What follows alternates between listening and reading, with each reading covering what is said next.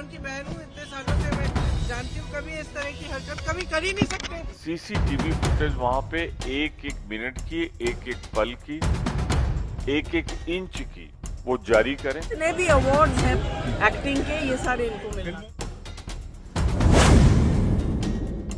22 और 23 दिसंबर को पूरे देश में हमारे लोकसभा और राज्यसभा के तमाम सांसद, हमारी कांग्रेस कार्य समिति के सदस्य 150 शहरों में प्रेस वार्ता करेंगे।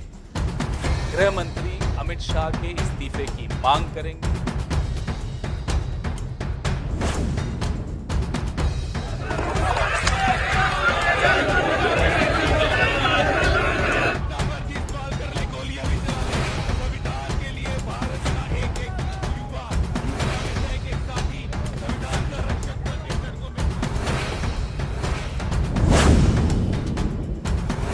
लगता है कि गृह मंत्रालय और पुलिस और न्यायिक व्यवस्था वो अपनी जेब में रखते हैं, उनको ये गलतफहमी में है। उनकी गलतफहमी बहुत जल्दी दूर होने वाली है। दोस्तों नमस्कार। 17 और 19 दिसंबर को भारतीय संसद में जो कुछ हुआ उसकी कल्पना उन लोगों ने कतई नहीं की होगी जिनका भारत के उस संविधान और लोकतंत्र पर भरोसा है जो सैकड़ों साल तक गुलामी की जंजीरों से जकड़ने के बाद नसीब हुआ था, जिससे भारत को एक नई दिशा मिली थी।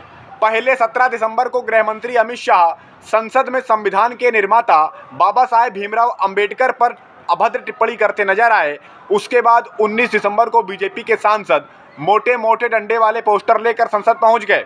उसके बाद वे विपक्षी नेताओं का रास्ता रोककर खड़े हो गए और फिर उन्हीं में से 2 सांसद आईसीयू भी पहुंच गए। शाह के बयान से लेकर घायल सांसदों के आईसीयू में जाने तक हर मामले में बीजेपी बुरी तरह घिर चुकी है। कांग्रेस समेत विपक्ष के सभी दलों ने शाह से माफ़ी मांगने के साथ ही इस्तीफा देने की भी मांग की थी, लेकिन शाह ने माफ़ी तो नहीं मांगी बल्कि वे अपने बयान को सही ठहराते नजर आए। इसके बाद 19 दिसंबर को बीजेपी के 2 सांसद घायल हो गए। बता दिया गया कि वे आईसीयू में हैं, लेकिन जब उन्हीं सांसद के सिर पर बंधी पट्टी 24 घंटे के भीतर खुल गई तो इससे बीजेपी की पोल भी खुलती दिख रही है। दूसरी ओर बीजेपी ने राहुल गांधी पर धक्का मुक्की करने, चोट पहुंचाने के इरादे से काम करने, धमकी देने जैसी कई धाराओं में मुकदमा तो दर्ज करा दिया है, लेकिन अब तक दिल्ली पुलिस ने संसद की कोई सीसीटीवी फुटेज जारी नहीं की है, जबकि घटना के 50 घंटे बीत चुके हैं। दोस्तों समझना ये भी जरूरी है कि कांग्रेस ने भी बीजेपी के सांसदों पर मुकदमा दर्ज करने के लिए पुलिस में शिकायत दे रखी है, लेकिन अभी तक पुलिस ने कोई मुकदमा दर्ज नहीं किया। इस मसले पर कांग्रेस काफ़ी गुस्से में है। शनिवार को प्रेस कॉन्फ्रेंस के दौरान कांग्रेस प्रवक्ता पवन खेड़ा ने एक आंदोलन का ऐलान करते हुए ये कह दिया है कि हम गृह मंत्री की वह गलतफहमी दूर करेंगे जिसमें उन्हें लगता है कि गृह मंत्रालय, पुलिस और न्यायिक व्यवस्था उनकी जेब में है। दोस्तों आपको बता दें कि अब कांग्रेस ने गृह मंत्री अमित शाह के खिलाफ देशव्यापी आंदोलन का ऐलान कर दिया है। एक और देश में बाबा साहेब पर की गई इस टिप्पणी पर जबरदस्त गुस्सा देखा जा रहा है, तो वहीं प्रधानमंत्री अपना रवैया कायम रखते हुए विदेश दौरे पर निकल चुके हैं। वे कुवैत पहुंच चुके हैं। उन पर फिर वही सवाल उठ रहे हैं कि वे आखिर मणिपुर कब जाएंगे। बाबा साहेब अंबेडकर पर इस टिप्पणी के मामले में विपक्ष अब एकजुट हो चुका है। जिस इंडिया गठबंधन के बारे में कुछ समय से ये चर्चा चल रही थी कि वह अलग थलग पड़ने लगा है, पिछले कुछ समय से उसके नेताओं में भी कुछ मुद्दों पर मतभेद दिखाई पड़ रहे थे, लेकिन शाह के इस बयान के बाद पूरा इंडिया गठबंधन एकजुट होकर विरोध कर रहा है, शाह का इस्तीफा मांग रहा है। वहीं इस मामले में एनडीए में आपसी फूट दिखाई दे रही है। आरएलडी के प्रदेश प्रवक्ता कमल गौतम ने अमित शाह से इस्तीफा मांगने की मांग कर दी। वहीं दिल्ली के पूर्व मुख्यमंत्री अरविंद केजरीवाल ने नायडू और नीतीश को चिट्ठी लिखकर उनसे पूछ लिया है कि वे क्या कहना चाहते हैं इस मामले पर, लेकिन माना जा रहा है कि जेडीयू और टीडीपी भी इस बयान से नाराज है। ऐसी कई खबरें हैं दोस्तों, आइए अब सभी पर विस्तार से बात करते हैं। जैसा कि आप जानते हैं कि बीते 17 दिसंबर को राज्यसभा में गृह मंत्री अमित शाह ने विपक्ष को घेरते हुए बाबा साहेब अंबेडकर पर एक अभद्र बयान दे दिया। उन्होंने बाबा साहेब के बारे में जो कुछ कहा वे उसे लिख कर लाए थे। वो बयान अब भी राज्यसभा की वेबसाइट पर मौजूद है। विपक्ष ने शाह से माफ़ी मांगने की मांग कर दी, लेकिन शाह प्रेस कॉन्फ्रेंस में अपना अहंकार दिखाते हुए कांग्रेस अध्यक्ष को ये कह गए कि आपको अभी 15 साल और विपक्ष में ही रहना है। इसके बाद बवाल बढ़ता चला गया। 19 दिसंबर को संसद में बीजेपी सांसदों ने काफ़ी बवाल मचा दिया।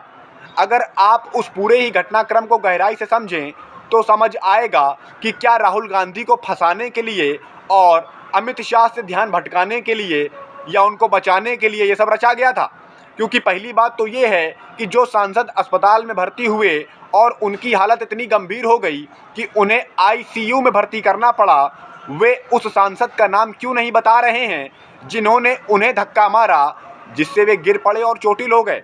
वे ये तो कह रहे हैं कि राहुल ने एक सांसद को धक्का मारा और वो मेरे ऊपर गिरा, लेकिन दोस्तों हंसी की बात यह है कि इन्हें ये पता है कि राहुल ने उसे धक्का मारा तो वो इनके ऊपर गिर गया, लेकिन इन्हें ये नहीं पता कि राहुल ने किसे धक्का मारा जो वो इनके ऊपर गिर गया। दूसरा सवाल प्रताप सारंगी की पट्टी पर भी उठ रहा है दोस्तों। एक दिन पहले उनकी पट्टी का साइज बढ़ता जा रहा था और एक दिन भी ढंग से नहीं बीता और उनकी पट्टी ही सिर से गायब हो गई। भाई गजब ही हो गया। ऐसा इलाज तो फिर सब लोगों को मिलना चाहिए जिसमें इतनी जल्दी कोई घाव सूख जाता है और पट्टी भी हटा दी जाती है। वहीं कांग्रेस लगातार लोकसभा स्पीकर से ये मांग कर रही है कि वे संसद के सीसीटीवी फुटेज जारी करें, लेकिन घटना के 50 घंटे के बाद भी फुटेज सामने नहीं आए, जबकि पुलिस ने राहुल पर 6 धाराओं में मुकदमा भी दर्ज कर लिया है। उस हिसाब से पुलिस को अब तक सीसीटीवी के फुटेज की पड़ताल करनी चाहिए, लेकिन अभी तक ऐसी कोई बात सामने नहीं आई है। इन सब बातों से ऐसा ही लगता है कि शाह के बाबा साहेब पर दिए गए उस बयान से ध्यान भटकाने के लिए क्या ये सब रचा गया था। गृह मंत्री अमित शाह ने अभी तक अपने उस बयान पर माफ़ी नहीं मांगी है, जिसके कारण अब विपक्ष अपने आंदोलन को और भी तेज करता जा रहा है। शनिवार को बसपा सुप्रीमो मायावती ने ऐलान कर दिया है कि उनकी पार्टी 24 दिसंबर को शाह के इस बयान के विरोध में एक देशव्यापी आंदोलन करेगी। तो वहीं दूसरी ओर कांग्रेस ने भी ऐलान कर दिया है कि वह भी अपने आंदोलन को तेज करेगी, यानी अपने आंदोलन को एक धार देगी। कांग्रेस ने शनिवार को प्रेस कॉन्फ्रेंस में बताया है कि पार्टी 22 और 23 दिसंबर को देश भर के 150 शहरों में प्रेस कॉन्फ्रेंस करेगी। ये प्रेस कॉन्फ्रेंस कांग्रेस के सभी लोकसभा और राज्यसभा सांसद और नेता करेंगे।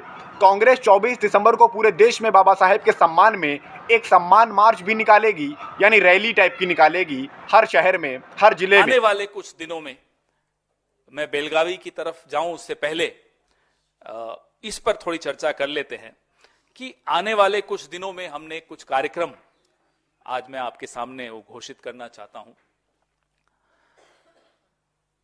22 और 23 दिसंबर को पूरे देश में हमारे लोकसभा और राज्यसभा के तमाम सांसद, हमारी कांग्रेस कार्य समिति के सदस्य 150 शहरों में प्रेस वार्ता करेंगे। गृह मंत्री अमित शाह के इस्तीफे की मांग करेंगे। बाबा साहब अंबेडकर और संविधान के ऊपर जानबूझकर किए जा रहे हमले के विरोध में अपनी आवाज बुलंद करेंगे। मैं अभी इस प्रेस वार्ता के तुरंत बाद हमारे संगठन महासचिव का सर्कुलर आप सबके बीच में मैं भेजूंगा आप सबको, जिसमें इस कार्यक्रम का पूरा उन्होंने विस्तृत ब्यौरा दिया है। तो 22 और 23 दिसंबर को सारे एमपीज लोकसभा और राज्यसभा के हमारे तमाम सीडब्ल्यूसी मेंबर्स पूरे देश में 150 प्रेस वार्ताएं करेंगे। उसके बाद 24 तारीख को हर जिले में हमारी पार्टी के नेता और कार्यकर्ता बाबा साहब अंबेडकर सम्मान मार्च, सम्मान यात्रा निकालेंगे। यानी कांग्रेस ने सरकार को चौतरफा घेरने की तैयारी पूरी कर ली है।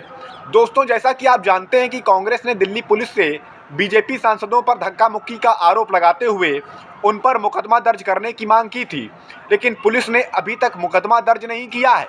तो फिर सवाल यही उठ रहा है कि क्या किसी को बचाया जा रहा है? क्या मुकदमा इसलिए दर्ज नहीं किया जा रहा जिससे कि पुलिस को सीसीटीवी कैमरे ना चेक करने पड़ जाएं और उससे कहीं बीजेपी सांसदों पर कार्रवाई ना करनी पड़ जाए? क्यों नहीं दर्ज किया जा रहा मुकदमा? इस सवाल पर कांग्रेस प्रवक्ता पवन खेड़ा ने कहा है कि गृह मंत्री अमित शाह की उस गलतफहमी को हम दूर करेंगे कि वो सोचते हैं कि गृह मंत्रालय, पुलिस और न्यायिक व्यवस्था उनकी जेब में है।